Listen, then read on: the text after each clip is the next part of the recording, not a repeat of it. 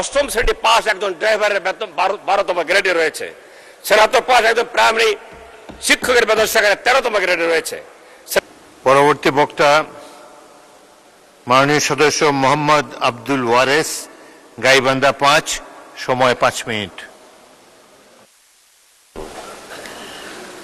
আসসালামু আলাইকুম রহমতুল্লাহ, নাহমাদুহু ওয়া নুসাল্লি আলা রাসূলিল কারীম। মাননীয় স্পিকার, আপনাকে ধন্যবাদ। আমি একজন বীর মুক্তিযোদ্ধা প্রাইমারি স্কুল টিচার কৃষকের সন্তান। মাননীয় স্পিকার, বাজেট কোনো দলের নয়, বাজেট সরকারের বা জনগণের। অতীতে বাজেট পেশের পরপরই সরকারি দল স্বাগত মিছিল করেছে, বিরোধী দল প্রতিবাদ বিক্ষোভ মিছিল করেছে। সংসদের ভেতরে বাইরে সরকারি দল বিরোধী দল পরস্পর বিপরীত পেয়ে কথা বলবেই, এটাই গণতন্ত্রের চরিত্র। জি হুজুর করা বিরোধী দলের রাজনৈতিক বৈশিষ্ট্য নয়। ধান মানতে শিবের ঈদগাঁও বাজেট বক্তৃতা নয়। আমরা সরকারকে ফেল বা ব্যর্থ করাতে চাই না। আমরা সরকারকে জনবান্ধব, দুর্নীতিমুক্ত, গতিশীল রাখতে চাই বলেই কঠোর সমালোচনা করি। এটাই আমাদের সংসদীয় অধিকার, দায়িত্ব, কর্তব্য। আমরা বিশ্বাস করি দেশের উন্নয়ন বাড়াতে হলে উন্নয়ন বাজেট বাড়াতে হবে এবং সেই জন্য স্বাভাবিকভাবেই রাজস্ব বৃদ্ধি করতে হবে। তবে জনসাধারণের সহনীয় মাত্রায় থাকতে হবে। উন্নয়নের বাধা হচ্ছে অস্বচ্ছতা, অদক্ষতা, দুর্নীতি, ঋণ খেলাপি, অতিরিক্ত সুদের হার। আমলাতান্ত্রিক জড়িততার কারণেই বিদেশি বিনিয়োগকারীদের অর্থ পাইপলাইনে পড়ে থাকে এবং হাজার হাজার কোটি টাকার সুদ তারা বিদেশে পাচার করে। এবারের বাজেটও আমাদের সুদ পরিশোধ করতে পারে 1,17,000 কোটি টাকা। মাননীয় স্পিকার, আমার মনে হয়েছে মাননীয় অর্থমন্ত্রী জাতিকে অন্ধকারে রেখে নিজেকে বাহাবা নিতে চান নাই, বরং বাজেট বক্তৃতা তিনি অনেক সত্য কথাকে সত্য হিসেবে স্বীকার করেছেন এবং অর্থনীতির ক্ষেত্রে ভয়াবহ চিত্র তুলে ধরে জাতিকে সতর্ক করেছেন। এজন্য মাননীয় অর্থমন্ত্রীকে শ্রদ্ধা জানাই এবং ধন্যবাদ জানাই। মাননীয় অর্থমন্ত্রী স্বীকার করেছেন রাজস্ব খাতের দুর্বলতা আমাদের অর্থনীতির একটি গভীর সমস্যা, অর্থাৎ সরকারের আয় বাড়ানোর সক্ষমতা যথেষ্ট শক্তিশালী নয়। 2025-26 সালের রাজস্ব আয়ের লক্ষ্যমাত্রা ছিল 5,88,000 কোটি টাকা। সেখানে মাত্র 10 মাসে আদায় হয়েছে 3,82,896 কোটি টাকা, আর 2,06,000 কোটি টাকা 2,06,896 কোটি টাকা অনাদায়ী রয়েছে। এতে বোঝা যায় আমাদের রাজস্ব আয়ের যথেষ্ট দক্ষতা নাই। মাননীয় অর্থমন্ত্রী আরো বলেছেন, শুধু সম্পদ আহরণই নয়, বরং বাজেট বাস্তবায়নের সক্ষমতাও তো ঘাটতি রয়েছে।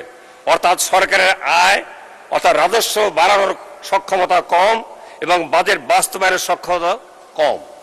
এটা মাননীয় অর্থমন্ত্রী শুধু এই 26 সালে সরকারকে মিন করেননি, অতীতে সরকারগুলো এভাবে চিহ্নিত করেছেন। 2025-26 অর্থ বছরে বরাদ্দ ছিল 7,97,000 কোটি টাকা। জুলাই এপ্রিল 10 মাসে ব্যয় হয়েছে মাত্র 60% এবং বাস্তবায়ন হয়েছে মাত্র 40.7%। এখানেও সরকারের ব্যর্থতা প্রমাণ চিত্র তিনি তুলে দিয়েছেন। এই অভিজ্ঞতা আমাদেরকে মনে করিয়ে দেয় যে কেবল উচ্চাভিলাষী লক্ষ্যমাত্রা নির্ধারণ করাই যথেষ্ট নয়।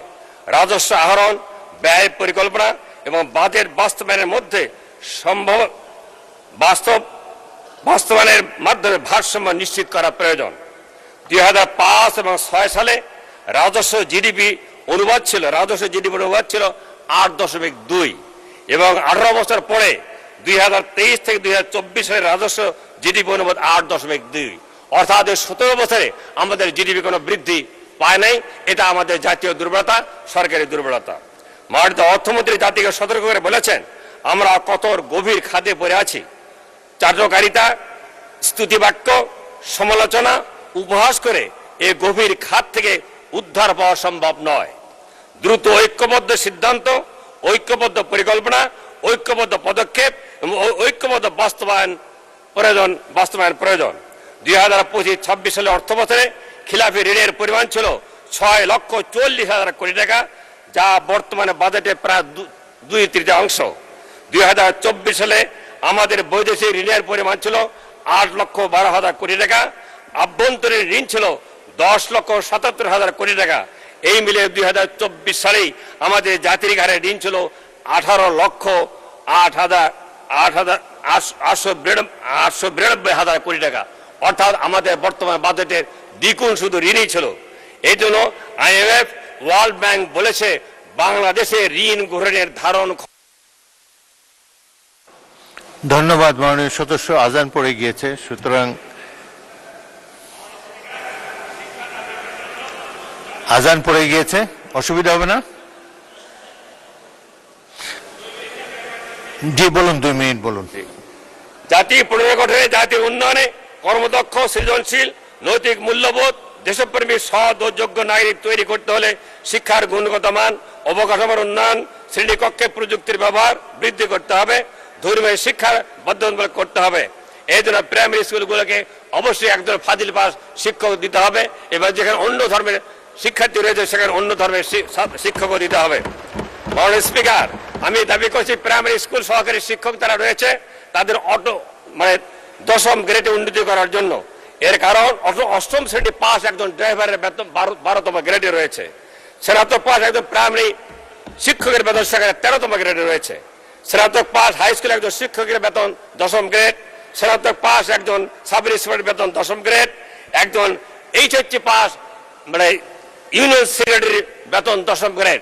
সেক্ষেত্রে স্নাতক পাস একজন প্রাইমারি সহকারী শিক্ষকের বেতন অবশ্যই 10ম গ্রেড হওয়া বাঞ্ছনীয়। মাননীয় স্পিকার, এই জন্য দাবি করছি অবিলম্বে আমাদের প্রাথমিক বিদ্যালয়ের সহকারী শিক্ষকদের বেতন 10ম গ্রেড উন্নতি করা হোক এবং যে সমস্ত বেসরকারি প্রাইমারি স্কুল রয়েছে প্রায় 35,000-এর ঊর্ধ্বে তাদেরকে সরকারিকরণ হোক। মাননীয় স্পিকার, আমাদের মুক্তিযুদ্ধের ইতিহাস আমরা সবাই আমরা এই মুক্তিযুদ্ধকে সম্মান দিচ্ছি, আমরা ভাতা দিচ্ছি, কিন্তু এবারের বাজেটে শুধু খেতাবধারী বীর মুক্তিযোদ্ধাদের 5,000 টাকা ভাতা বৃদ্ধি করা হয়েছে, কিন্তু সাধারণ মুক্তিযোদ্ধার ভাতা বৃদ্ধি করা হয়নি। এই জন্য আমি দাবি করছি সকল মুক্তিযোদ্ধাদের জন্য 5,000 টাকা সম্মানীয় ভাতা বৃদ্ধি করা হোক। স্পিকার, আমার এলাকার আর বীর নিবাস, আমাদের অসচ্ছল মুক্তিযোদ্ধাদের সকলের জন্য বীর নিবাস বাস্তবায়ন করা হোক এবং জুলাই যোদ্ধাদের জন্য যারা শহীদ হয়েছে পঙ্গুত্ব পরকে তাদের জন্য জুলাই বীর নিবাস বাস্তবায়ন করা হোক। মাননীয় স্পিকার, দ্বিতীয় যমুনা ব্রিজ